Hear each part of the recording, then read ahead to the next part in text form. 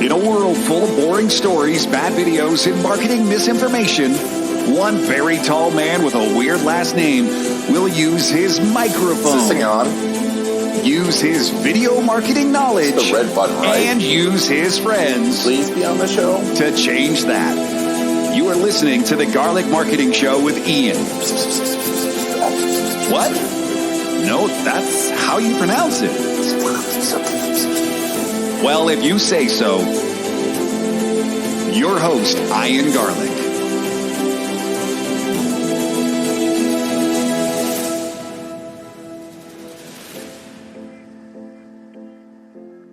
Welcome to the Garlic Marketing Show. Today's guest has a new best-selling book on the Wall Street Journal top list, and it's climbing the charts on all lists on business. He's a business coaching expert, top business coach, award-winning business coach and consultant, even though I saw you don't like that word consultant. Author of Pulling Profits Out of a Hat. We're going to introduce him in 1 second, but this episode of the Garlic Marketing Show is brought to you by StoryCruise.com. If you're looking for videographers to tell your story, editors to tell your story, or even learn how to tell the story of your business yourself, go to StoryCruise.com to find the best in video storytelling for your business. Today's guest, Monte Wyatt. Thank you so much for being on the show. Ian, you're welcome. I'm looking forward to the conversation. Me too. And I was looking through some of your stuff, and you have a long and illustrious career. And I want to talk a little bit about how you've grown your coaching business, what's working right now for you and your clients. But tell me a little bit. I love people's backstories. I'm sure you've told us 100 times, but how did you get in? How did you get to here? You know, I'm a Iowa farm boy. So my family still farms corn, soybeans, and pigs, and went to Iowa State University and studied ag business, and then actually spent 14 years in the agricultural chemical world. And throughout that time, I lived in 5-6 places around the country and really had many different jobs within the organization, but I was traveling 80% of my time. And so we started looking for other jobs, careers that matched what I wanted with less travel, and found business coaching and found ActionCOACH Business Coaching. And so since 2004, so going on 15 years, I've been working with business owners, CEOs, executive teams, and helping them grow their business. And that's been a big part of the journey. Is my background was in sales training and management, and really led to what I'm doing today. Awesome. Well, that's a great progression, and you have that background, which is fantastic. It frustrates me sometimes because I see a lot of people getting, especially younger people, getting into business coaching with no business background and no experience. And I'm like, well, it's like, how can you relate to an entrepreneur or CEO if you've never been in any of these roles? And it's really great that you've been doing it for this long. What were your keys to getting started in business coaching? What was the key? How did you do it? Well, a couple things I'll share there. Number one, it's congruency. I have to do in my business what I'm teaching others to be doing, whether it is marketing, speaking engagements, getting out in the community. I had to do what I was teaching. And that's a hard thing for many people to do. And so a big part of it, with traveling so much, I really didn't have a network in my community. So I had to start from ground zero and just get out in the community, start talking to people and network and do all the chamber activities, all the organizations, and doing a lot of speaking engagements. That was a big piece of it. And speaking engagements is a huge one. How did you get those speaking engagements? Because those are tough to get sometimes. I had to start small. I had to give it away. I had to start with small organizations, talking to 5 people and then to 10 people. And, anywhere I can get in front of an audience, I'd take it. And it just continued to grow. And the more people talked and the more people gained value from it, the more referrals I gained. And so over time, I'm sure you've worked with a lot of types of businesses. Tell me a little bit about the variety of businesses, and are you focused on a specific type now? The target audience that I spend time with, I'm going to call the mid-market. And the mid-market is 10 million in revenue to $1 billion in revenue. So it's that mid-market. They're not necessarily a small business, but they're not a large, humongous business. And I don't really have an industry that I focus on. It's more about the mindset of my client, the executive team, the CEO. If they have a mindset that they want to grow or they want to improve their team and they have a big vision for their business, but maybe not sure how to quite get there, that's my audience. I've worked with manufacturers, with retailers, with service companies, industries that I never even imagined were out there, dental supply companies, things like that. But I've touched every aspect of business. And the reason I reinforce that is because it's not really about the business. It's more about the leadership of the team. It's about the organization. Every business needs clients. Every business needs proven strategies. Every business needs a great team. And those are the key things that I focus on.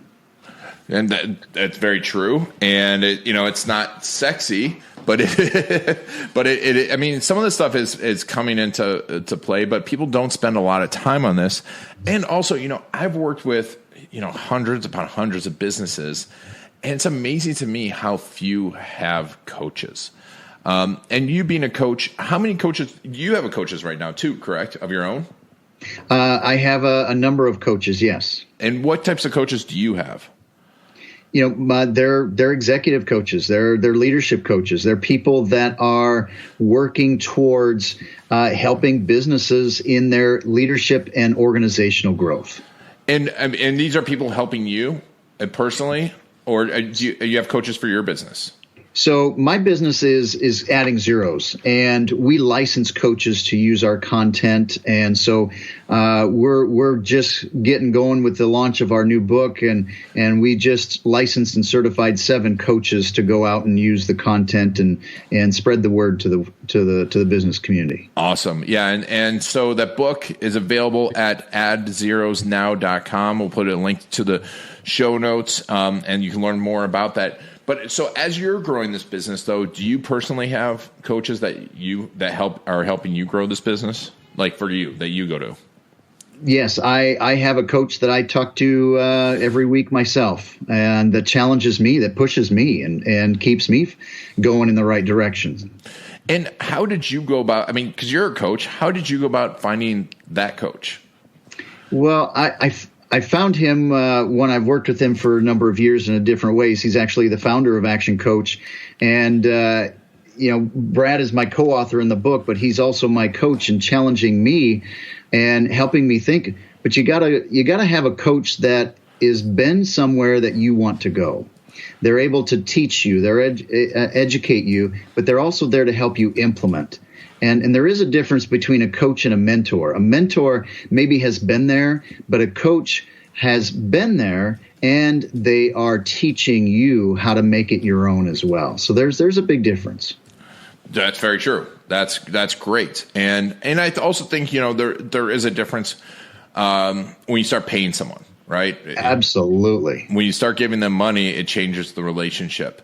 But it amazes me how many people don't have coaches. And I know this is a marketing show, but I think it is important, especially in your marketing, because, to have coaches. Because like last night, I was actually working with a client on a strategy, and we're coming up with the entire video strategy for his emerging industry, and we're going through it.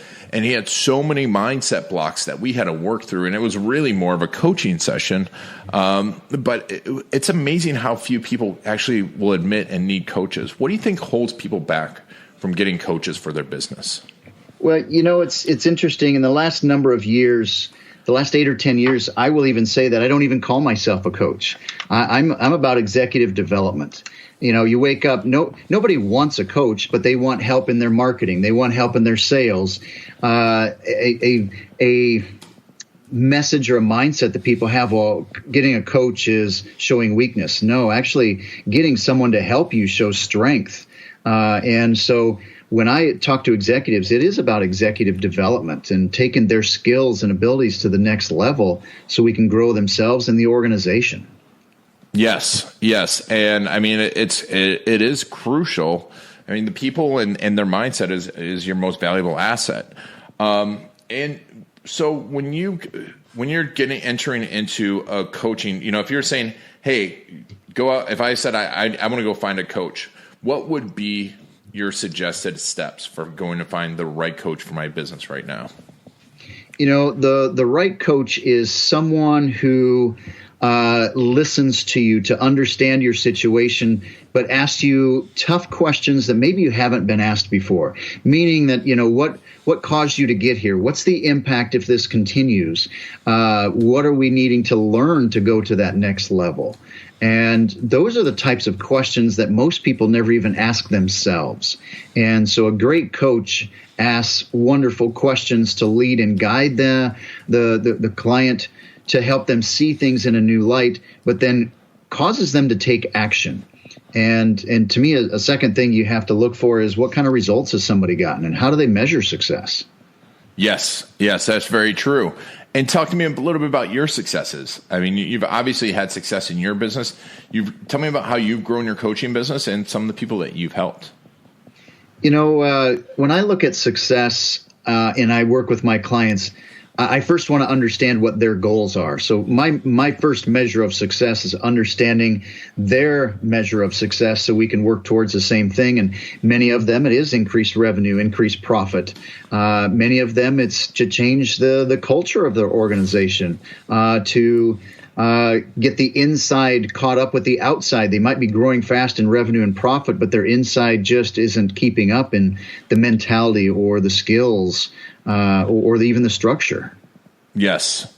Awesome. And you mentioned something there about culture. Do you find a lot of people feel they know that they need to define their culture in their business and work on that? I mean, we were talking a little bit before, and you said that's the number one thing, right? That can affect a business. But do people understand that? I don't think they do. I think most people think that culture or environment of a business just happens. Well, it's how we interact, it's who we are, but every business needs to define and guide their culture. And if they don't define it, they don't have any clear benchmark of how to measure against it or how to train people or even how to recruit on it. Many cultures are based on how the manager or the boss comes in that day, and that's what drives the culture.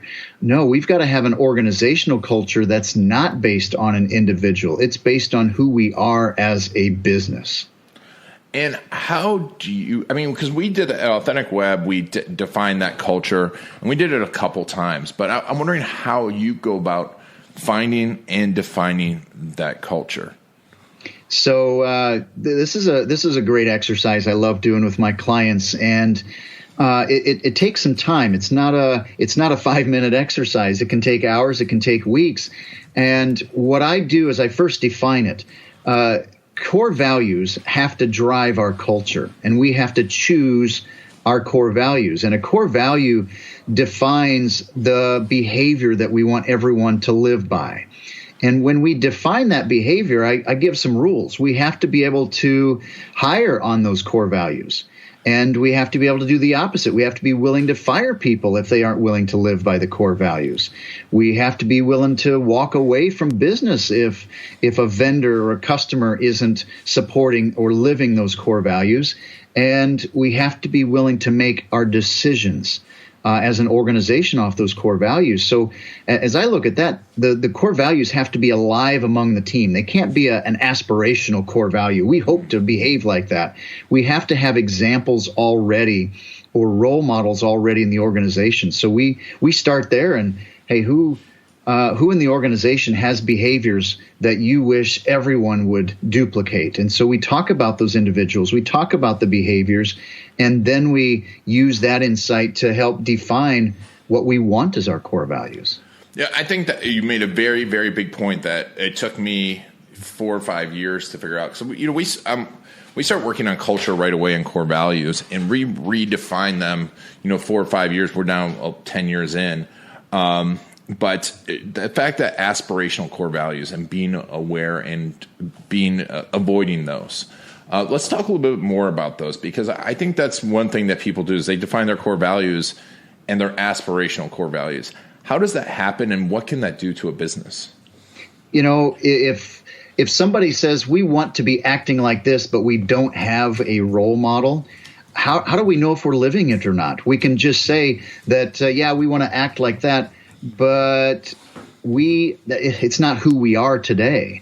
And if there's 50 people, 100 people, 500 people in the business, and we aren't clear on who we are today and we're trying to change our culture, we have to build it off of who we are. And that's the challenge, is we have to understand we all have strengths. Our business does have strength in our behavior. We just have to define it. So we have a guiding principle and behaviors that we're living by. Yes, and it's so true, because it's amazing to me, because how many people hire just for skill set, but also want to be this thing, but then have no role model, like you said. But we're talking about these things, and I feel for a lot of people, maybe culture and aspiration and core values are one of those nice to haves. So let's talk a little bit about, obviously this is important to you, but what are some of the examples where you've seen culture help drive that bottom line?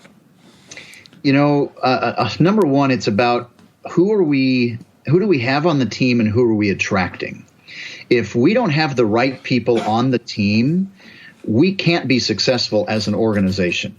And when I say right people on the team, it isn't just about knowledge and skill set. Yes, we have to have certain knowledge and certain skill sets, but if we don't have the right behaviors, the right beliefs, or the same behaviors, the same beliefs in how we're interacting with others or how we work together, it's just a bad place. It's you have conflict, you have bad communication, you have challenges.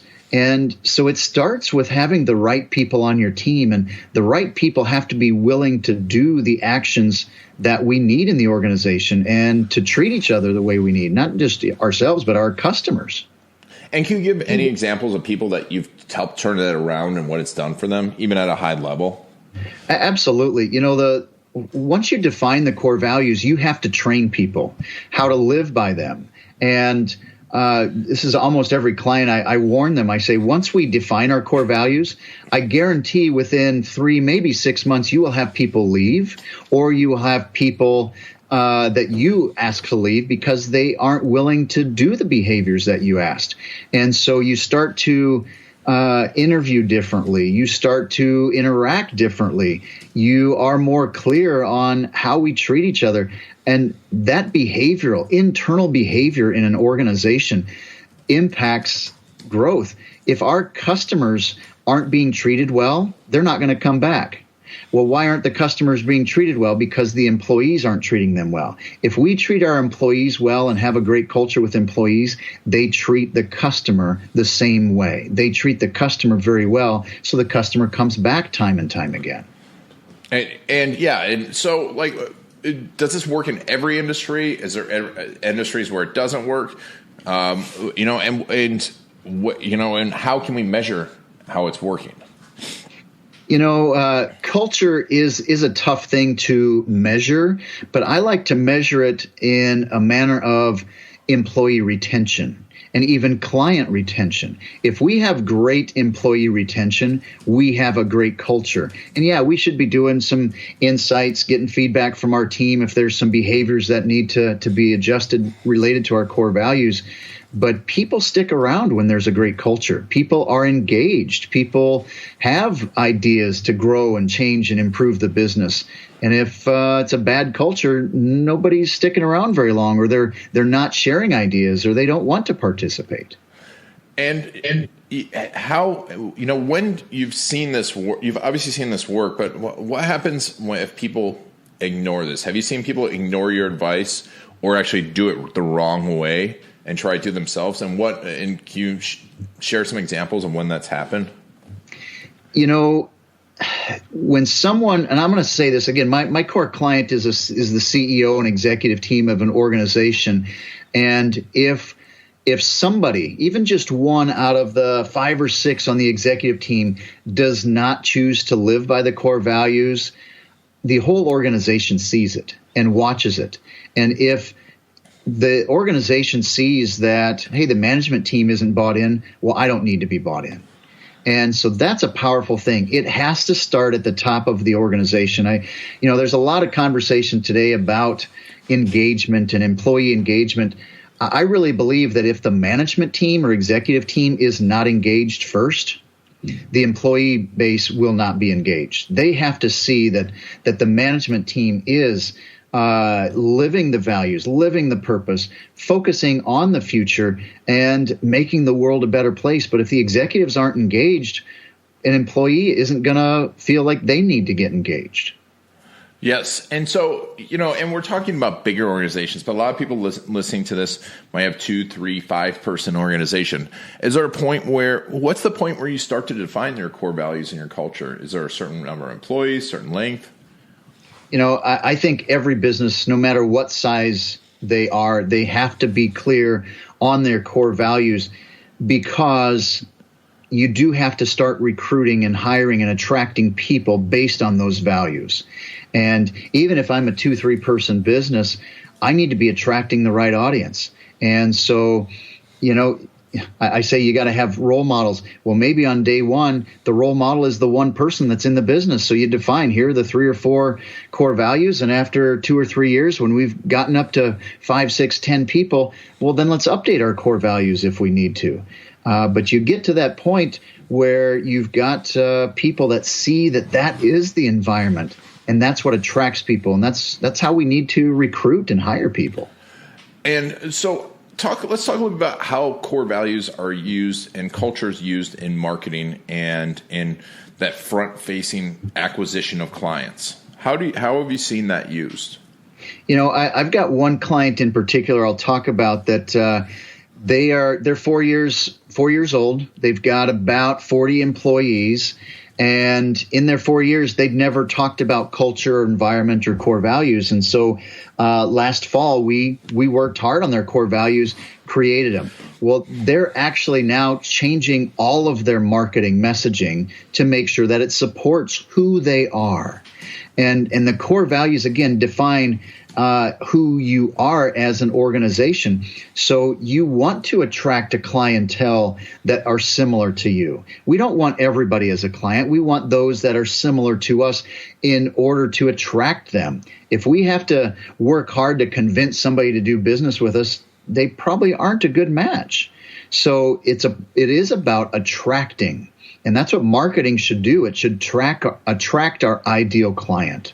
And great marketing supports our values, supports our behaviors, but attracts not just employees, but clientele that have the same behaviors and the beliefs that we desire.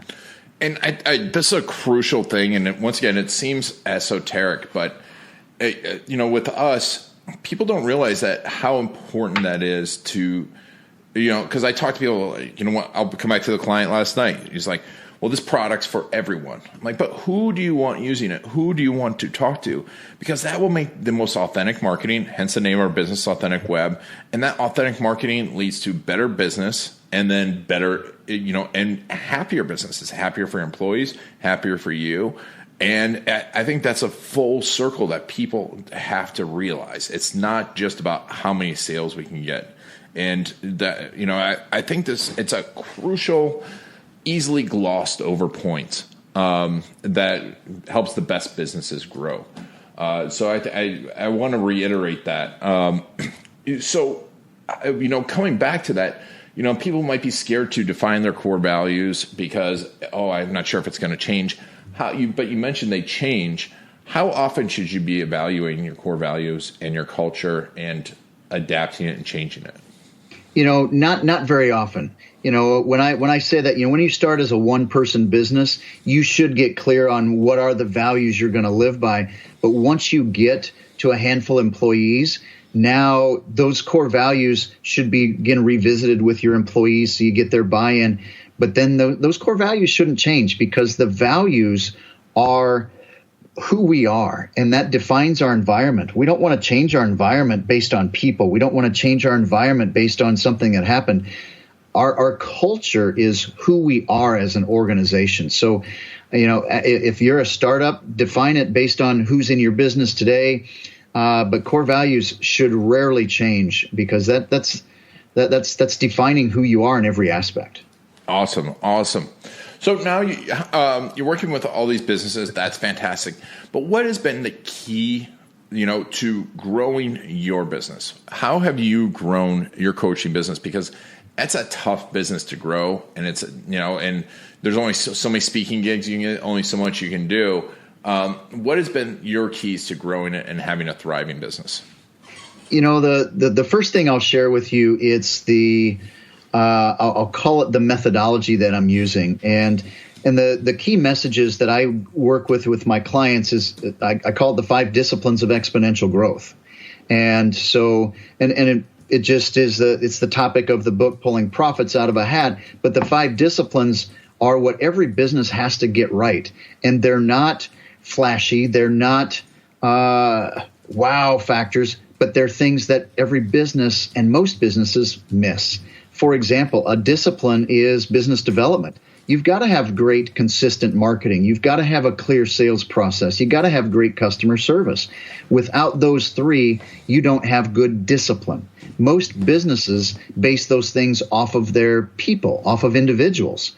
And I focus on creating discipline in the organization. And it's about how we do things as an organization, not just by person. Gotcha. And then after that, how are you executing it? What does your sales process look like? What does your marketing process look like? One of the first things that I do is I call it a complimentary strategy session. And I do a complimentary session just to get to know where the organization is at. And I like to do that complimentary session with the executive team, because I want all of them to open up about what's working, what are their challenges, where do they want to go, what goals do they have as an organization. And then from that, I personalize what the relationship looks like. And I always start, I'm going to say most of my clients, with a couple-day strategy session where we're going to define who we are, what are the goals, how are we doing business development, how are we going to execute, what are our core values, how are we leading and developing our team. And after a 2-day strategy session, everybody has exactly clear alignment on where we're headed and how we will get there. And so once we have that 2-day session, then it's the ongoing coaching for implementation. And every 90 days, we're going to get back together and review how we did in that last quarter and what are we going to do in the next quarter.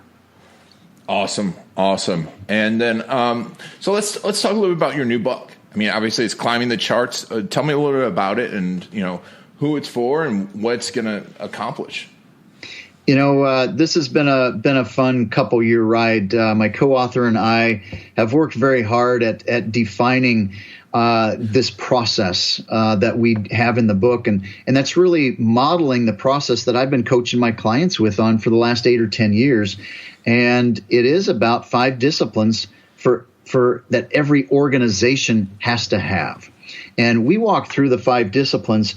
But there's a second component in the book that is powerful, and we call it the 5 constituents that have to be satisfied. Most businesses satisfy their shareholders, and maybe that's all they satisfy.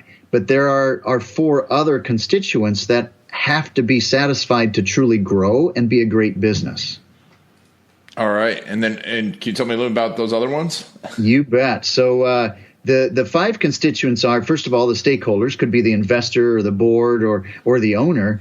But the next constituent is the customer. We have to make sure that we are satisfying the customer. How are we measuring that? How are we keeping their engagement and their knowledge base up? So if we don't satisfy the customer, they won't be coming back. The next constituent is the team. We've got to be satisfying the team. When I say team, how are we equipping them to do their job best? How are we helping them grow in their career? How are we giving them the tools to be leaders and managers and helping them be successful? So we've got the stakeholder, we've got the customer, we've got the team. The last couple often get missed. The next one is the community. We do need to be satisfying the community. And I say that in a manner that we satisfy the community by adding jobs. we satisfy the community by paying taxes, but we also satisfy the community by who we are as an organization, how we're giving back, how we're helping volunteer, how we're making our community better. We have to grow our communities to be sustainable in the future. And that leads to the last constituent, which is the company. And that's a view that I believe that the organization should outlast every person in it. And if we are doing the right things in an organization to help it grow, help it be sustainable, helping our communities grow, the company as a constituent will be around for a long time. So we have to satisfy the company as well. Fantastic. So let's talk a little about where you can get the book. Yeah, we're doing some amazing things with it, and I'm really grateful for our client base, for our communities that we're a part of, for the Action Coach community. We're in all the major bookstores, Books A Million. We're at Amazon. You fly through the airport. I love it when people are taking pictures of the book in the airports and as they're flying and send it to me. Hey, this is in Dulles. This is in Texas. This is in California. This is in Des Moines. And so I love seeing those pictures. So it's just about everywhere, which is fun to see. But that's helping us get some great awareness. And it's really focused towards anyone who in business wants to improve their organization. We wrote it as it's for every team member. Every employee should read this because they can impact the organization and their growth. And when an employee sees that, hey, we need to improve satisfying this constituent, or we need to improve this discipline, then it's about how do we get the executive team to get buy-in, because the executive team ultimately has to drive change in an organization. Yes, for sure.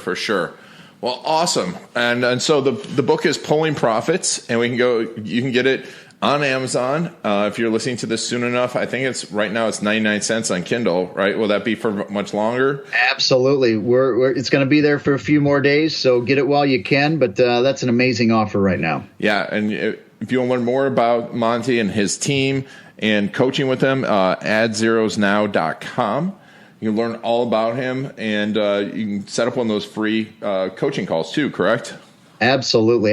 We'll do a 5 disciplines assessment for your organization just to see where you are at in the disciplines and how you're satisfying those constituents. Beautiful.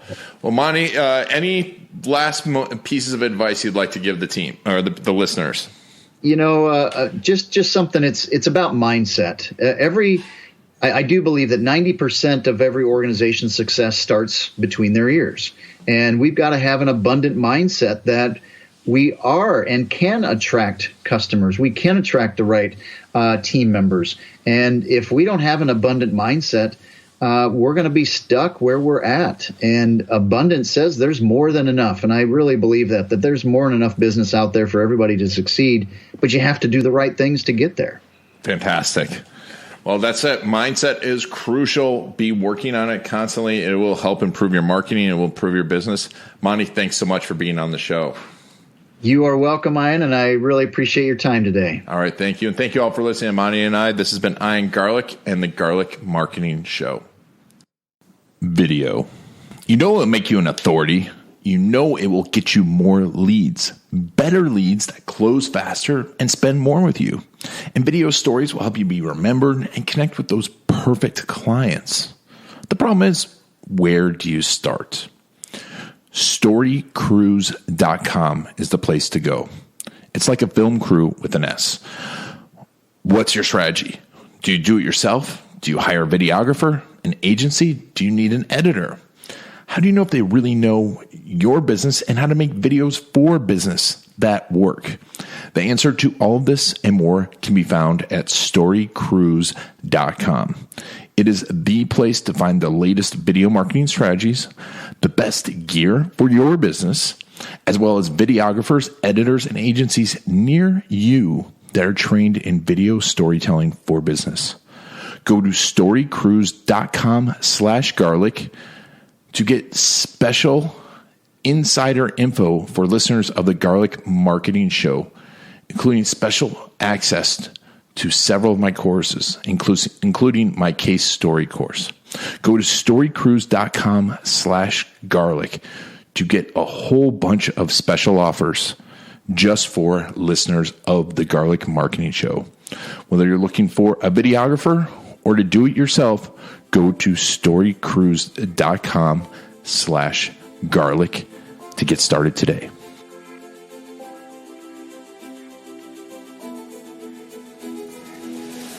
That's it for the Garlic Marketing Show. If you want to get the inside scoop and the latest techniques, make sure to follow Ian Garlic on Facebook.